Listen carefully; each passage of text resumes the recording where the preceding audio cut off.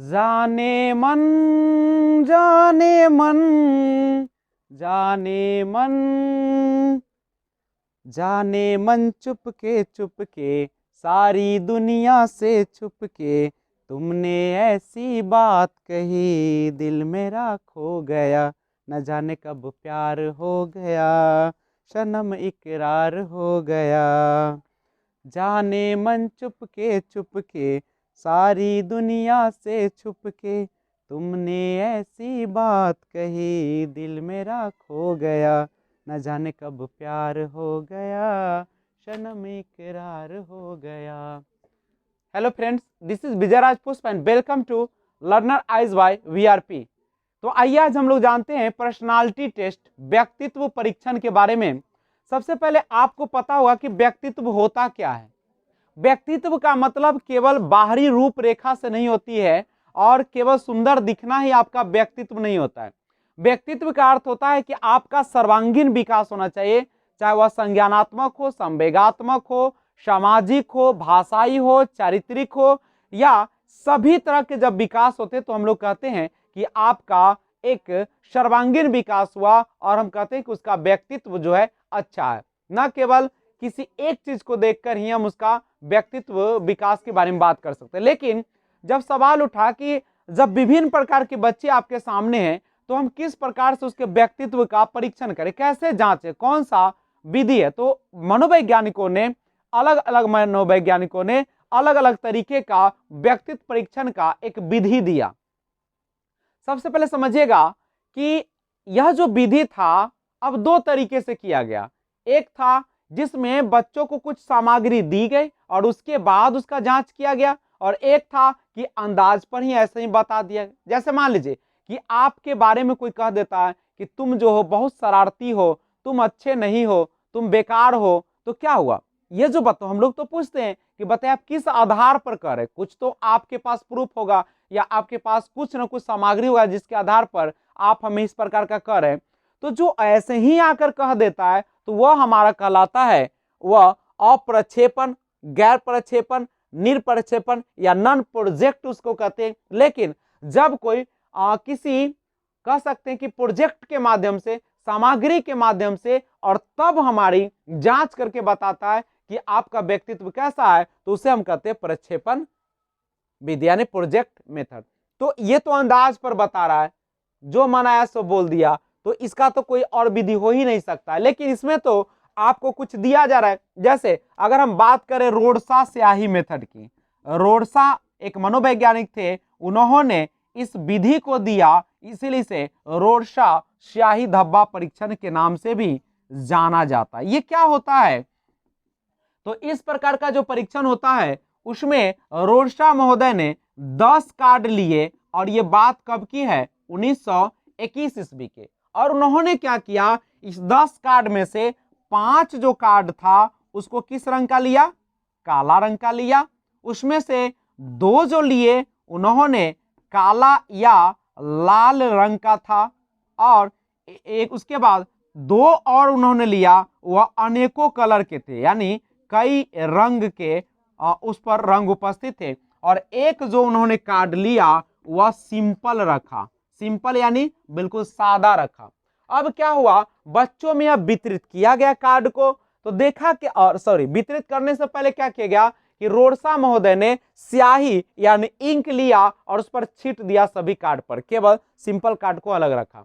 अब देखा क्या कि बच्चे को सभी कार्डों को बांटा गया अलग अलग बच्चे को, तो उन्होंने जिस प्रकार के विचार उनके मन में आ रहा था, जिस प्रकार की उनकी अवधारणा थी, जिस प्रकार को दुनिया उनको दिखता था या जिस प्रकार की परेशानी उनके पास थी, उसी प्रकार का चित्र उस पर उसको उभरा। और जब उनको कहा गया एक कार्ड सिंपल पर लिखने के लिए, तो उन्होंने वही लिखा जो उनके समस्याएं थी या जो उस दुनिया के बारे में विचार रखते थे। तो इससे पता चल जाता है कि बच्चे जो होते हैं उसी प्रकार की सोच रखते हैं, उसी प्रकार की अवधारणा रखते हैं, उसी प्रकार का काम करते हैं जो उसके मन में, या जो वह दुनिया को जिस नजर से देखता है, जिसका लालन पालन जिस प्रकार से होता है।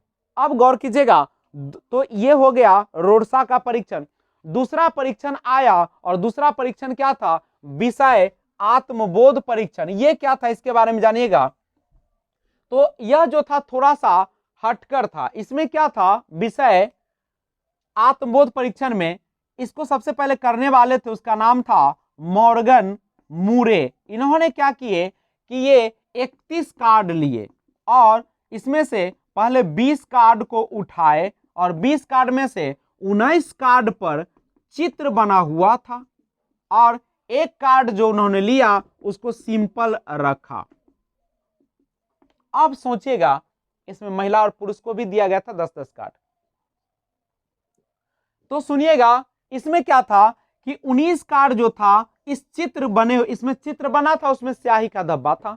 अब 19 जो कार्ड चित्र वाले थे, अब इसको बांटा गया पुरुषों और महिलाओं में, यानी इसे बालकों में बांटा गया या छात्रों में। और जब बांटा गया तो फिर उनको सिंपल कार्ड पर लिखने के लिए जब कहा गया तो फिर वो उसी प्रकार के विचार व्यक्त किए जिस प्रकार की वो अवधारणा दुनिया के बारे में रखते थे।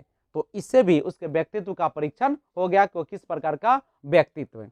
तीसरा आता है वाक पूर्ति। वाक पूर्ति का मतलब क्या, जैसे हम आपको बोले कि भारत एक डैश देश है, तो आप गौर कीजिए, तो यहाँ पे आप लिख सकते हैं भारत एक विशाल देश है, भारत एक विविधतापूर्ण देश है, नहीं और बहुत सारे कर सकते हो।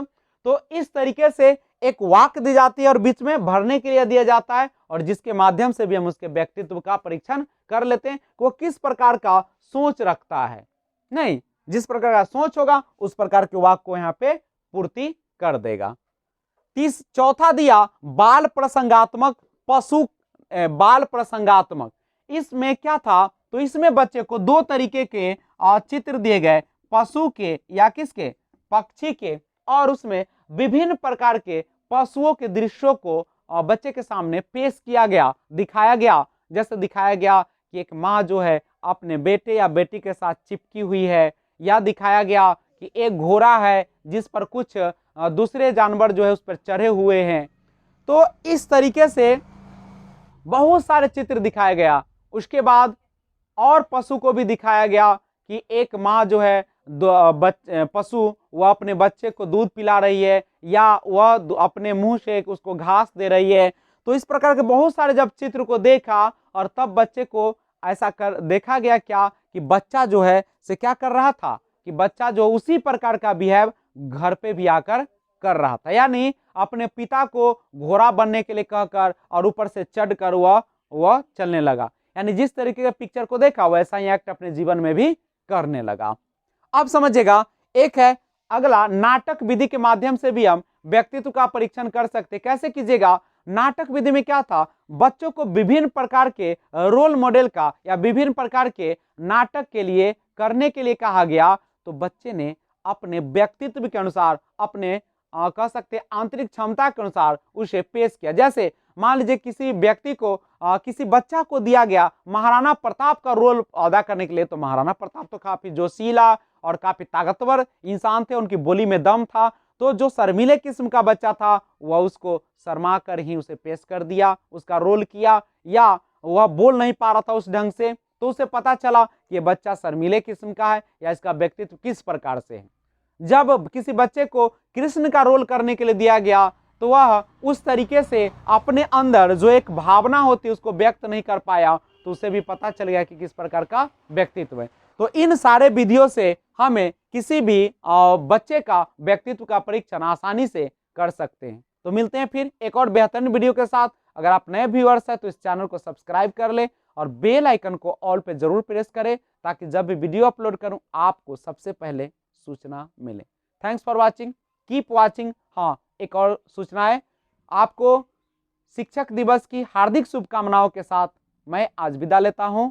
आप अच्छे से रहे, खुशहाल रहे, भगवान करे आपको जीवन में सबसे अच्छे टीचर से मुलाकात हो। जय हिंद, जय भारत।